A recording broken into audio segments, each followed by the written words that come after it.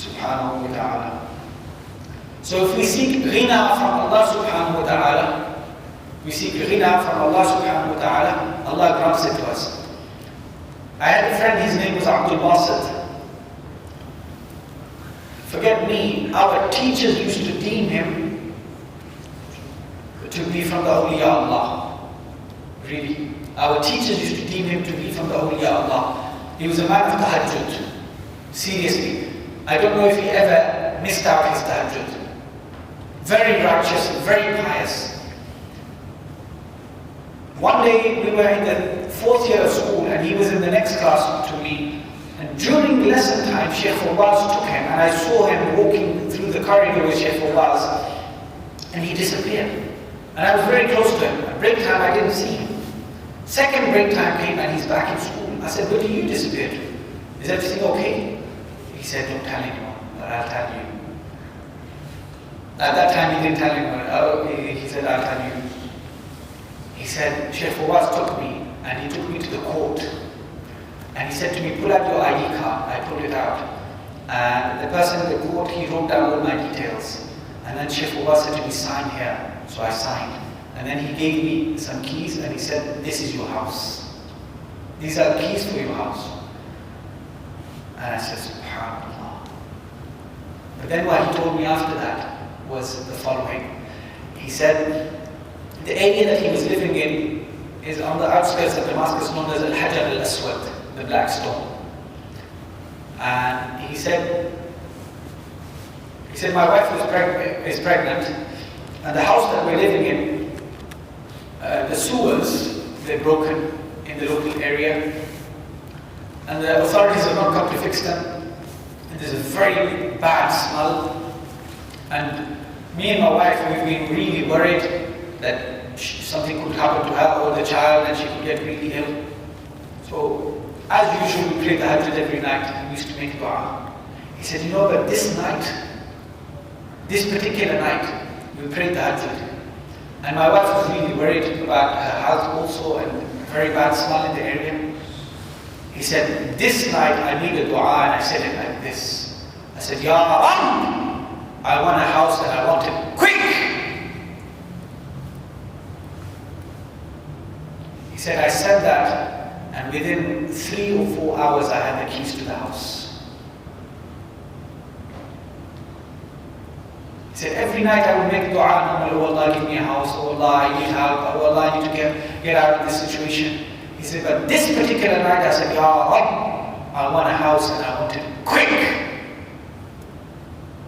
He said, within 3 or 4 hours I had the keys of the house in my hand. Then he told me the next day I went home, I got home at Asr time and my wife was praying. And I told her and she burst out in tears. She couldn't believe what happened. And these were people who were extremely poor. You know, we live here in a lovey-dovey life. These were people who I experienced firsthand and they were extremely poor. And you know, this Abdul Basit, he had no wealth to get married with. Our teacher Shaykh Fawaz paid for all of his marriage. He paid his dowry, he paid for everything concerning his marriage. And my friend never had in his mind that one of the teachers would pay for him. He never was looking for someone to come and pay for his marriage or helping him get married. He was just very relaxed. When I have enough, when time comes, it will happen. But Shaykh Fawaz called him and said, I'm going to pay for everything. And he said he paid for everything in his marriage. This is one case.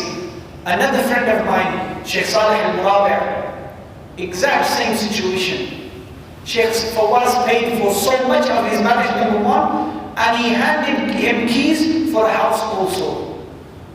Handed him keys for a house also. Business people of Damascus would come to Shaykh al-Razak rahmatullahi and they would build apartment flats, buildings, and give the keys to the Shaykh and say, distribute these apartments among students who need them. And then they would distribute. People who seek richness and seek sufficiency in Allah subhanahu wa ta'ala, don't ever think that Allah is going to leave them. You know, if we humiliate ourselves before people of the dunya, they'll have mercy upon us and say, here you go. If we're persistent, they'll say, this guy really needs, let me go and do some collections and give this guy something. But look at Allah subhanahu wa ta'ala. All we need to do is humiliate ourselves before His Majesty Jalla Jalaluhu. Humiliate ourselves before His Majesty. And He is the only one who is worthy of our humiliation. That we humiliate ourselves before Him subhanahu wa ta'ala, and then see how He gives us everything we ask. How He grants us everything we ask, subhanahu wa ta'ala. This is what the Prophet is instilling into the Sahaba, radiyallahu anhum. That if I don't have to give you, then turn to the one who has the treasures of the heavens and the earth. Seek richness within yourselves and be dignified people and people of honor who don't humiliate themselves before the people of the world. This is what we have lost. We've lost humiliation before Allah subhanahu wa ta'ala. We've lost it as a nation.